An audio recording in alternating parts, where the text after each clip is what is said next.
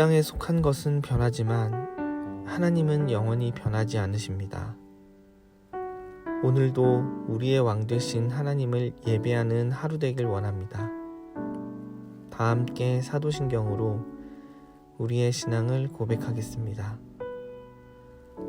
전능하사 천지를 만드신 하나님 아버지를 내가 믿사오며 그 외아들 우리 주 예수 그리스도를 믿사오니 이는 성령으로 잉태하사 동정녀 마리아에게 나시고 본디오 빌라도에게 고난을 받으사 십자가에 못 박혀 죽으시고 장사한 지 사흘 만에 죽은 자 가운데서 다시 살아나시며 하늘에 오르사 전능하신 하나님 우편에 앉아 계시다가 저리로서 산자와 죽은 자를 심판하러 오시리라. 성령을 믿사오며 거룩한 공회와 성도가 서로 교통하는 것과 죄를 사하여 주시는 것과 몸이 다시 사는 것과 영원히 산 것을 믿사옵나이다. 아멘.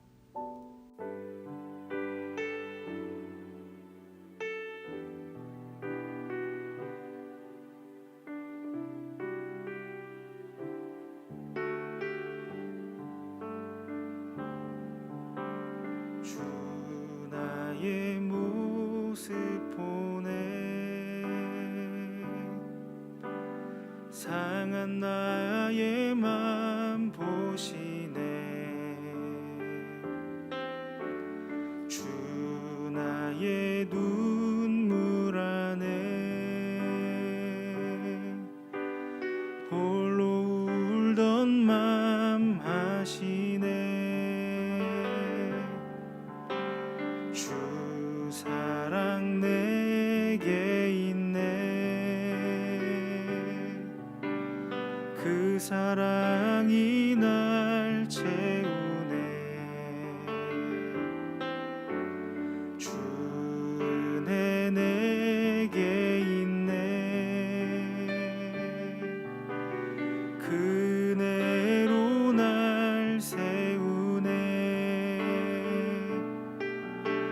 세상 소망 다 사라져가도 주의 사랑은 끝이 없으니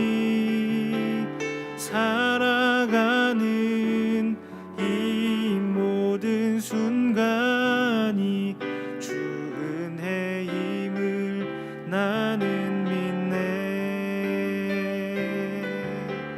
세상 소망 다 사라져가도 주의 사랑은 끝이 없으니 살아가는 이 모든 순간이 주 은혜임을 나는 믿네.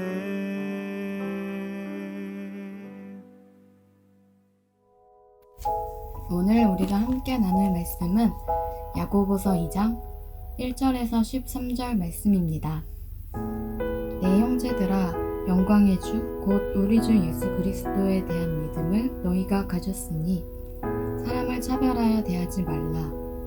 만일 너희 회당에 금 가락지를 끼고 아름다운 옷을 입은 사람이 들어오고 또 남루한 옷을 입은 가난한 사람이 들어올 때에 너희가 아름다운 옷을 입은 자를 눈여겨보고 말하되 여기 좋은 자리에 앉으소서 하고 또 가난한 자에게 말하되 너는 거기 서 있든지 내 발등상 아래에 앉으라 하면 너희끼리 서로 차별하며 악한 생각으로 판단하는 자가 되는 것이 아니냐. 내 사랑하는 형제들아 들을지어다. 하나님이 세상에서 가난한 자를 택하사 믿음에 부요하게 하시고 또 자기를 사랑하는 자들에게 약속하신 나라를 상속으로 받게 하지 아니하셨느냐. 너희는 도리어 가난한 자를 업신여겼도다. 부자는 너희를 억압하며 법정으로 끌고 가지 아니하느냐. 그들은 너희에게 대하여 일컫는 바 그 아름다운 이름을 비방하지 아니하느냐? 너희가 만일 성경에 기록된 대로 내 이웃 사랑하기를 내 몸과 같이 하라 하신 최고의 법을 지키면 잘하는 것이거니와 만일 너희가 사람을 차별하여 대하면 죄를 짓는 것이니 율법이 너희를 범법자로 정죄하리라. 누구든지 온 율법을 지키다가 그 하나를 범하면 모두 범한 자가 되나니 간음하지 말라 하신 이가 또한 살인하지 말라 하셨은즉 내가 비록 간음하지 아니하여도 살인하면 율법을 범한 자가 되느니라. 너희는 자유의 율법대로 심판받을 자처럼 말도 하고 행하기도 하라. 긍휼을 행하지 아니하는 자에게는 긍휼 없는 심판이 있으리라.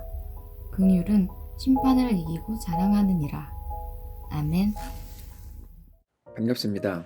오늘 야고보서 2장 8절부터 13절을 중심으로 긍휼이라는 주제의 말씀을 함께 나누겠습니다. 야고보는 오늘 본문을 통해서 아주 강력한 말씀을 선포합니다. 사실 보통은 이웃 사랑에 대해서 도의적인 차원, 인격적인 차원에서 접근을 하는 것이 일반적인데 오늘 본문에서는 최고의 법이라는 표현을 쓰면서까지 만일에 사람을 차별하면 그게 범법자가 되는 거다 이렇게 말씀을 하십니다. 8절입니다. 너희가 만일 성경에 기록된 대로 내 이웃 사랑하기를 내 몸과 같이 하라 하신 최고의 법을 지키면 잘하는 것이거니와 만일 너희가 사람을 차별하여 대하면 죄를 짓는 것이니 율법이 너희를 범법자로 정죄하리라. 자, 범법자가 될 만큼 간단한 문제가 아닌 굉장히 무거운 문제라는 겁니다. 사람들이 이거를 가볍게 별거 아닌 것으로 생각을 하지만 우리가 이 말씀을 대한 이상 우리는 이것이 굉장히 중차대한 문제라는 것을 인식해야 됩니다. 자, 그런데 왜 범법자라는 표현까지 쓰는 걸까요? 그 이유에 대해서 그 다음 구절에 잘 설명이 나옵니다. 10절입니다. 누구든지 온 율법을 지키다가 그 하나를 범하면 모두 범한 자가 되나니 간음하지 말라 하시니까 또한 살인하지 말라 하셨은즉 너가 비록 간음하지 아니하여도 살인하면 율법을 범한 자가 되느니라. 그런데 이것은 너무나 명백한 사실입니다. 모든 율법을 다 지키고 나서 하나만 범해도 사실 율법을 범한 자가 되는 거죠. 이렇게 바구니가 있는데 거기에 작은 구멍이 하나만 뚫려도 그 바구니는 쓸 수 없게 되는 것과 마찬가지입니다. 그래서 이어서 아주 무서운 말씀을 주시는데요. 13절입니다. 긍휼을 행하지 아니하는 자에게는 긍휼 없는 심판이 있으리라. 긍휼은 심판을 이기고 자랑하느니라. 여러분, 이게 너무 무서운 표현입니다. 긍휼을 행하지 않는 자에게는 긍휼이 없는 심판이 있을 거라고 말씀을 하시는 거죠. 하나님이 절대로 용서하지 않으신답니다. 우리가 여기에서 질문이 하나 생깁니다. 우리는 하나님이 모든 것을 용서하신다는 사실을 잘 알고 있습니다. 그런데 이 부분에 대해서는 용서가 아닌 심판을 말씀하시니까 우리는 그게 이해가 잘 안 되는 겁니다.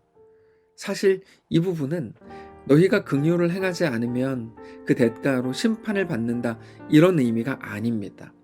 긍휼이라는 행위가 있고 없고에 따라서 내가 그것으로 너희를 심판할지 그렇지 않을지 결정할 거다 이런 말이 아닙니다.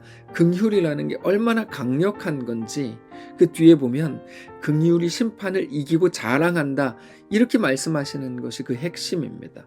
긍휼은 내가 하나님의 은혜로 구원을 받았다는 것을 아는 겁니다.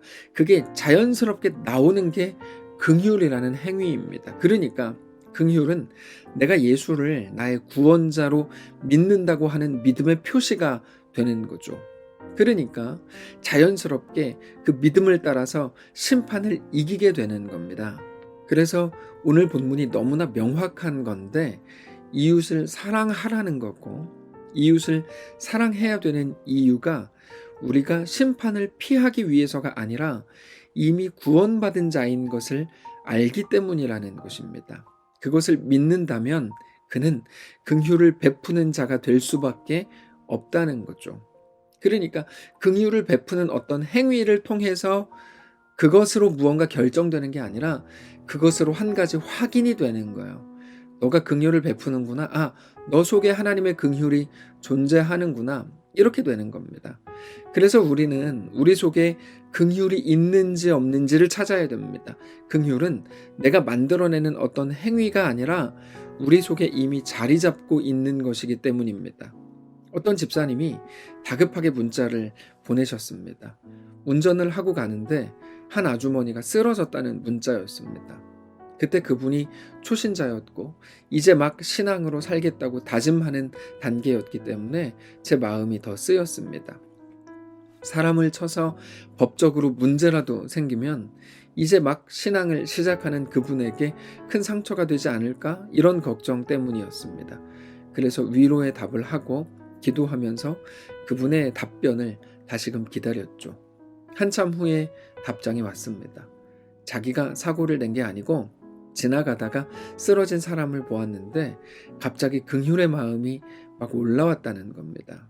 그래서 비록 자기와는 아무런 관계가 없는 사람이었지만 기도하고 목사님께 기도 부탁을 드렸던 거라는 내용이었습니다.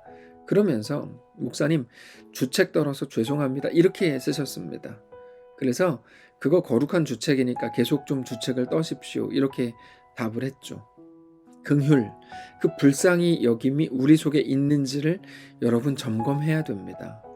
어느 순간부터 그리스도인들의 모습 속에 옳음과 정의는 있지만 긍휼, 불쌍히 여기는 그 마음이 사라져가고 있습니다. 그게 얼마나 위험한 일인지를 우리가 알아야 됩니다. 왜 그런가 하면 우리의 모든 행위를 통해서 무언가가 결정되는 게 아니라 행위를 통해서 우리 속에 무엇이 자리 잡고 있는가 하는 것이 드러나고 증명되는 것이기 때문입니다. 그래서 요즘 우리 속에 긍휼의 마음이 사라져가고 냉철한 옳고 그름만 주장되고 있다면 우리 속에 하나님의 긍휼, 구원의 감격, 하나님의 베푸신 은혜에 대한 감사가 사라져가고 있는 것일지도 모른다는 사실 때문에 깜짝 놀라야 되는 겁니다. 우리는 대한민국에 태어나서 절대로 예수님의 오심과 죽으심과 부활을 알 수도 없는 그런 사람들이었습니다. 그러나 하나님이 우리에게 먼저 찾아오셨고 우리를 사랑하셨고 우리에게 복음을 주셨습니다. 그래서 우리는 우리의 실력, 우리의 힘이 아니라 무조건적인 하나님의 은혜로 구원을 얻은 자들이 되었습니다. 집 나갔던 둘째 아들의 이야기를 자주 말씀을 드렸는데 그가 한 일이라고 하면 집을 나간 것, 아버지의 유산을 땡겨받은 것, 허랑방탕하게 살아간 것밖에 없습니다. 그러다가 그는 굶어 죽게 되는 상황을 맞이하게 되죠. 그가 한 일은 가치 있는 일이 하나도 없었고 부끄러운 일밖에 없었습니다. 그러나 그 모든 고통과 서운함과 배신감과 특별히 배고픔을 통해서 하나님께서는 아버지의 집을 생각나게 하셨습니다. 그렇게 아버지에게로 돌아와서 진짜 아들의 모습을 회복하게 하시죠. 그게 우리들입니다. 우리가 예수를 알아서 먼저 찾아간 거 아닙니다. 우리는 오직 하나님의 은혜로 구원을 받은 하나님의 자녀의 자리까지 오게 됐습니다. 하나님의 긍휼이 아니고서는 우리의 구원에 대해서 설명할 길이 전혀 없습니다. 그것은 우리가 이룬 것도 아니고 성취한 것도 아니고 만든 것도 아니고 어디에서 얻어가지고 온 것도 아닙니다. 성도 여러분, 오늘 우리 마음속에 그러므로 긍휼의 마음을 다시금 확인하시기 바랍니다. 하나님의 긍휼이 우리 속에 있다면, 여전히 우리가 그 긍휼을 기억한다면, 감사와 감격이 존재한다면 우리 속에서 자연스럽게 긍휼의 모습이 나올 것이기 때문입니다. 내가 더 복을 받고 더 잘되고 더 인정받기 위해서 긍휼의 모습을 보이는 게 아니라 내가 누군지, 나를 구원하신 예수님은 누구신지, 우리의 아버지 하나님은 누구신지를 깊이 생각하는, 그렇게 우리의 모습 속에 하나님의 긍휼이 묻어나게 되는 거룩한 모든 성도들의 삶이시기를 바랍니다. 한번 기도하겠습니다. 살아계신 하나님 감사합니다. 오늘 하루를 우리에게 허락하시니 감사합니다. 우리가 어떻게 구원을 얻었는지, 어떻게 하나님의 자녀가 됐는지, 어떻게 생명을 갖게 되었는지를 기억하는 자들로 서기를 원합니다. 하나님 모르는 자처럼 살지 않기를 원합니다. 하나님을 아는 자로, 하나님이 유일한 소망이신 것을 믿는 자로 살게 하옵소서. 눈에 보이는 게 전부인 것처럼 여겨서 보이는 대로 판단하고 보이는 대로 행하고 하나님 없는 사람들처럼 결정했던 모든 것들을 중단하게 하시고 이제 하나님의 사람들로 힘있게 승리하며 넉넉하게 살게 하옵소서. 우리와 함께 하시기를 소원하며 살아계신 예수님의 이름으로 기도합니다. 아멘. 사랑하는 성도 여러분, 하나님께서 오늘 우리에게 하루를 허락하셨습니다. 믿음을 가지고 주님께 나아가시기를 바라고 하나님과 함께 믿음으로 동행하는 우리 속에서 따뜻한 말들과 긍휼의 마음들이 표시되는 귀한 우리의 오늘 되시기를 바랍니다.